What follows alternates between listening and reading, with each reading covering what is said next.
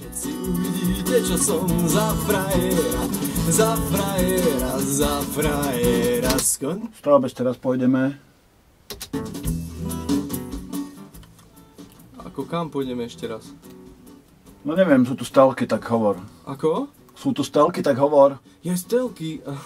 My tu totižto práve nahrávame moje prvé CDčko. A ak by ste chceli vedieť viac, alebo si ho po prípade kúpiť, robím si reklamu, tak 21. a 22. decembra v Bomburak klube v Brezne na folkových Vianociach sa uvidíme a 22.